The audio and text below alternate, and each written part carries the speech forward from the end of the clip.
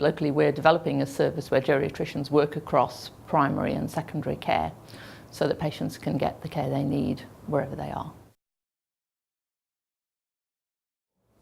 I would say the most innovative feature of our service model is that we are stretching across boundaries.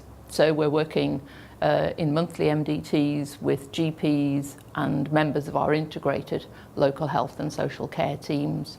And we're also working at the interface between primary care and secondary care in A&E and supporting staff who deal with queries from GPs about patients who may need admission, as well as doing the traditional geriatrician roles within the hospital.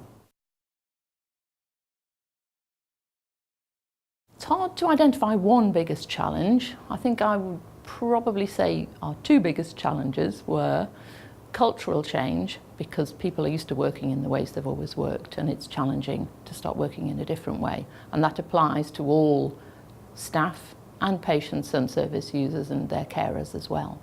And the other major challenge is that although our clinical managers in CCGs absolutely got the need for secondary care physicians to be working in the community, some people who were interested in how the money flows struggled to understand how the financial flows could support that way of working.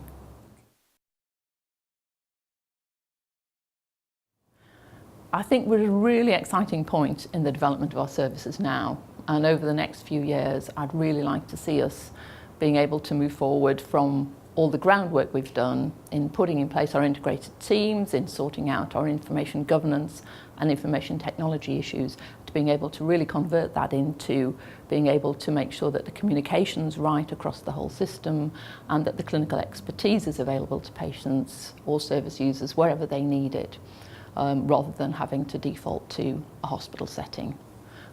My big fear over the next few years, and the thing I think we really need to be working hard to make sure doesn't become a reality, is the risk of fragmentation of services. We've seen what the introduction of competition has done for social care provision for older people, with very often services being chosen on price alone. We need to make sure that doesn't happen to health services for older people.